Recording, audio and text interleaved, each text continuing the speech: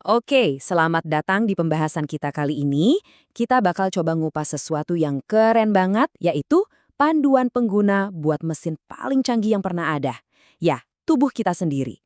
Nah, berbekal wawasan dari Dokter Gia, kita akan gali lebih dalam nih soal sains dan hikmah di balik sebuah praktik kuno yang ternyata jadi kunci buat merawat mesin super ini. Coba deh bayangin sejenak. Kalau misalnya tubuh kita ini datang lengkap dengan buku manual. Kira-kira apa ya isi dari buku itu? Apa aja petunjuk perawatannya biar awet? Nah, pertanyaan ini nih yang jadi pusat dari obrolan kita hari ini. Oke, untuk mulai, yuk kita apresiasi dulu betapa luar biasanya desain tubuh kita. Jujur aja, kita sering banget kan nganggep remeh mesin yang kita pakai setiap hari ini. Padahal kemampuannya itu wah, jauh di atas teknologi apapun yang pernah dibuat manusia. Kita mulai bandingin ya, hardware biologis kita sama teknologi buatan manusia. Ambil contoh paling gampang, mata.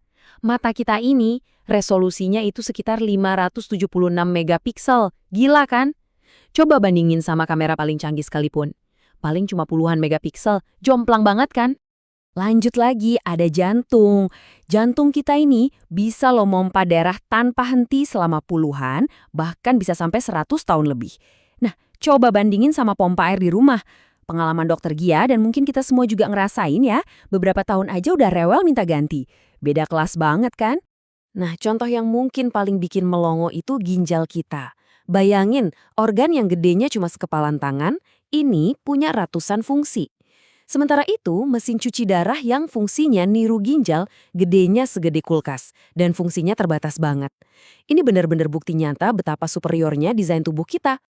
Oke, sekarang kita masuk ke pertanyaan logis berikutnya. Gini deh, kalau mesin buatan manusia yang simple aja butuh buku manual biar awet, gimana dong nasibnya tubuh kita yang jauh lebih canggih ini? Nah, pertanyaan ini nih yang bawa kita langsung ke intinya. Jadi, apa sih sebenarnya metode perawatan yang direkomendasiin sama si buku panduan tubuh kita biar mesin super ini tetap prima? Oke, dan disinilah kita nemuin jawabannya. Poin yang ditekankan sama Dokter Gia itu menarik banget. Perhatiin deh kata yang dipakai di sini. Diwajibkan, bukan disarankan, bukan dianjurkan. Artinya, ini tuh perintah. Puasa itu adalah sebuah keharusan biar tubuh kita terpelihara. Persis kayak instruksi perawatan wajib di buku manual mesin. Jadi perawatan wajib ini sebenarnya gunanya buat apa sih? Yuk kita mulai dari ruang mesin utama di tubuh kita, yaitu hati atau liver.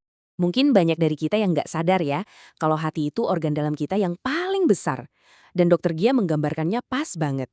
Hati itu kayak pabrik raksasa yang kerjanya non-stop, nggak pernah berhenti. Dan pabrik ini ngerjain berapa banyak tugas? Lebih dari 500 fungsi vital. Bayangin, 500 lebih pekerjaan dilakuin setiap saat, 24 jam sehari. Jauh banget kalau dibandingin sama misalnya jantung, yang tugas utamanya ya cuma satu, mompa darah. Hati ini luar biasa sibuknya. Nah, dari ratusan tugas itu, ini beberapa yang paling penting. Hati itu jadi pusat detoksifikasi utama. Dia yang nyortir semua nutrisi yang masuk, dia juga yang ngurusin metabolisme lemak dan protein. Kalau kata dokter Gia, hati itu ibarat satpam super ketat yang ngecek semua barang bawaan sebelum masuk ke dalam tubuh kita. Nah, disinilah peran penting puasa. Dengan kita berpuasa, kita itu bukan matiin pabriknya, bukan? Tapi kita kasih dia istirahat sejenak dari tugas utamanya yang non-stop, yaitu nyortir makanan. Hasilnya, hati jadi punya waktu dan energi buat fokus ke pekerjaan perawatan penting lainnya, kayak proses detoksifikasi yang jadi jauh lebih optimal.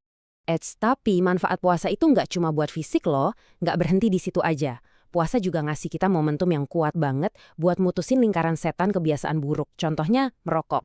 Dan untuk nunjukin seberapa kuatnya cengkraman sebuah kebiasaan, Dokter Gia cerita soal sebuah kisah nyata yang tragis. Ini kejadian di UGD dan benar-benar jadi pelajaran penting buat kita semua. Nah, ini nih 3 tanda bahaya yang diabaikan sama pasien itu. Pertama, rasa nyeri di dada yang hebat banget, kayak lagi didudukin gajah. Kedua, nyerinya itu menjalar sampai ke lengan kiri. Dan ketiga, keluar keringat dingin yang butirannya jeda-jeda, lebih besar dari biji jagung. Ini penting banget ya, kalau Anda atau orang di sekitar Anda ngalamin gejala-gejala ini, jangan ditunda, langsung ke UGD. Jadi, apa hubungannya sama puasa? Nah, menurut Dokter Gia, disiplin puasa itu jadi semacam pattern interrupt atau pengganggu pola yang paling ampuh. Kebiasaan kayak merokok itu kan seringnya nempel sama momen-momen tertentu ya kan? Misalnya abis makan atau pas lagi ngopi bareng teman. Nah, dengan puasa, momen-momen pemicu itu jadi hilang. Ini nggak sih kita kesempatan emas buat lepas dari kebiasaan itu? Oke, dari fisik udah, dari perilaku juga udah. Sekarang kita bahas dampak puasa yang lebih dalam lagi. Kekuatan mental kita. Ya, ini soal melatih otot yang nggak kelihatan. Nah, buat ngegambarin poin ini, ada satu cerita yang lucu sekaligus mengejutkan dari Dokter Gia. Ini terjadi waktu beliau masih praktek di sebuah rumah sakit jiwa. Siap-siap ya, ada duel tak terduga. Jadi ceritanya, Dokter Gia lagi main pingpong sama salah satu pasien. Dan ternyata beliau kalah telak. Pasiennya jago banget. Saking kagetnya, spontan Dokter Gia nanya, "Bapak sejago ini main pingpongnya kok bisa ada di sini sih, Pak?" Dan jawaban si bapak ini asli cerdas banget dan dalam maknanya. Dia jawab, "Dok, saya di sini kan karena gangguan jiwa, bukan karena gangguan otot." Jelek banget kan? Bener juga ya? Cerita barusan itu ngasih kita pelajaran penting soal konsep ketabahan mental. Jadi menurut profesornya Dr. Gia, yang nentuin seseorang itu kena gangguan jiwa atau enggak, itu bukan berat ringannya masalah yang dihadapi. Tapi yang lebih penting adalah seberapa kuat mentalnya buat nahan tekanan itu. Dan kabar baiknya, mental itu sama kayak otot, bisa dilatih. Nah, disinilah puasa jadi relevan banget. Puasa itu ibaratnya nge-gym buat mental kita. Dengan secara sadar menahan lapar, haus, dan berbagai keinginan lainnya, kita itu nggak cuma jadi lebih sehat secara fisik, tapi kita juga lagi aktif banget ngebangun otot mental kita, biar makin kuat ngadepin apapun tantangan hidup.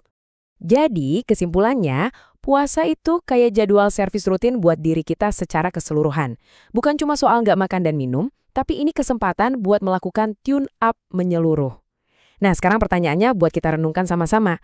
Dari 3 area tadi, fisik, kebiasaan, atau mental, mana nih satu area yang paling pengen Anda perbaiki lewat servis kali ini?